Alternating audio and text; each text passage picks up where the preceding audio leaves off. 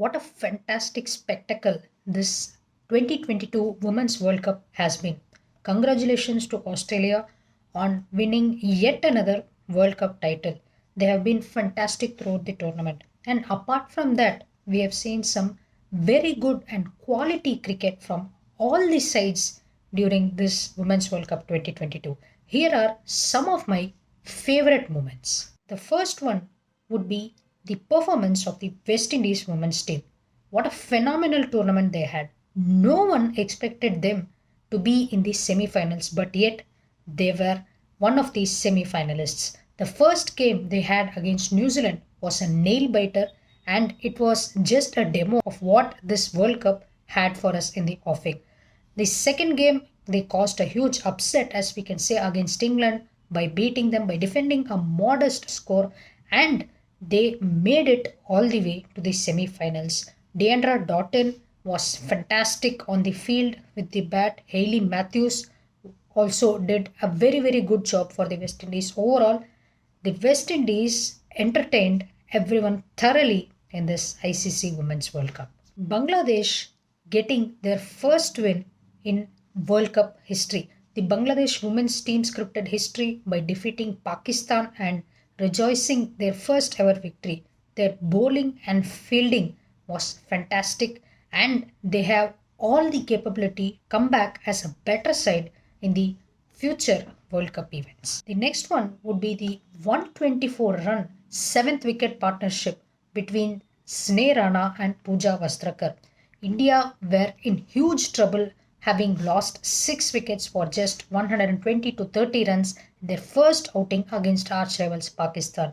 In came young Pooja Vastrakar and Sneh Rana, and they stitched a massive 124 run partnership and notched up a very decent score for India to defend.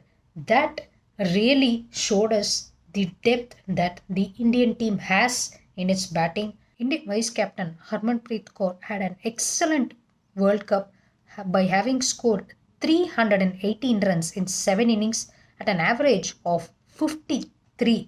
Hope she continues to be in the same form for India to win a medal in the Commonwealth Games. The performance of the South African side.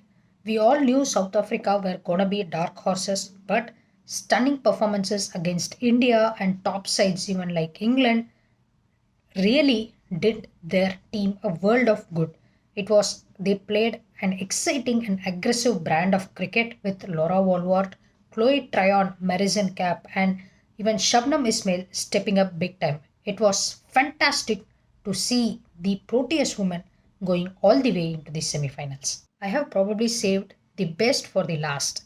It was Alisa Healy's 170 run blitz in the all important final. Alisa Healy tore apart the English bowlers right from the first ball. She scored 26 boundaries and broke many records en route her 170. She became the first player to register the highest ever score in a World Cup final, and she also became the first ever batter, male or female, to go past the 150 run individual score mark in a World Cup final. What an innings this was! It will be remembered for a very long time. And not to forget Nat Sivers fighting 100. She took England almost near the target, but it was a bit late and too many for England to come up. Nevertheless, it was a very brave knock from Nat Silver, and kudos to both teams for having played such attacking brand of cricket.